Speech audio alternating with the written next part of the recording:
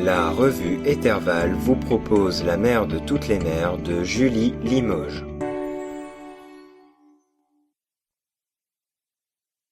Bien avant d'atterrir sur ce monde poubelle, j'avais connu la mer, la vraie, celle qui s'étirait jusqu'à l'horizon, bleue et houleuse. Elle inspirait les poètes, intimidait les marins, et bravait jour après jour la domination des hommes. Il m'arrivait souvent de rêver du ciel d'azur et de la caresse du vent, de me souvenir de mes promenades sur les grandes digues au son des vagues. Je me rappelais alors combien j'avais aimé écouter le roulement tétan de l'océan, tandis que j'y trempais mes pieds en compagnie d'Annabelle. Ô Dieu, que je ne comprenais plus ma décision de venir m'échouer dans ce trou. Que diable pouvait m'apporter cette planète à l'odeur de soufre et au ciel de sang? L'argent? Sans doute, si la compagnie daignait un jour me verser tous les arriérés de paiement. La santé? Sûrement pas. Déclaré respirable par les autorités, l'air restait néanmoins saturé de tout un tas de cochonneries qui encrassaient les poumons. Le bonheur? Pourquoi pas? Après tout, c'était ici qu'Annabelle se préparait à donner naissance à notre enfant. Une sorte de petit miracle. Le taux de natalité frisait le nul sous les dômes de la colonie installée sur le continent nord.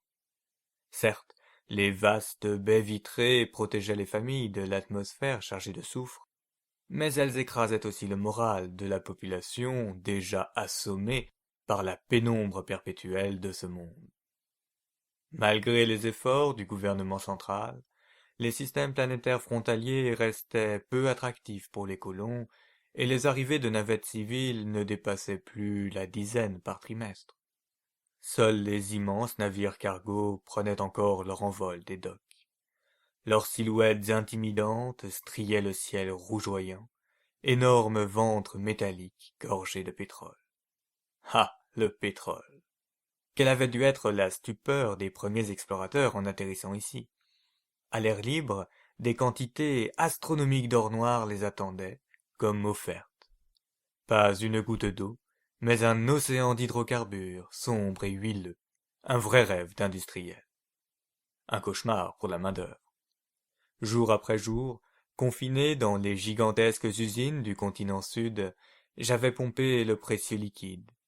Un travail de titan au milieu de tuyaux monumentaux et de machines bourdonnantes. Extraire vite, toujours plus vite, toujours plus aussi. La soif de l'humanité semblait insatiable. Les employés trimaient dans la cathédrale d'acier comme des fourmis dans leur terrier, sans interruption.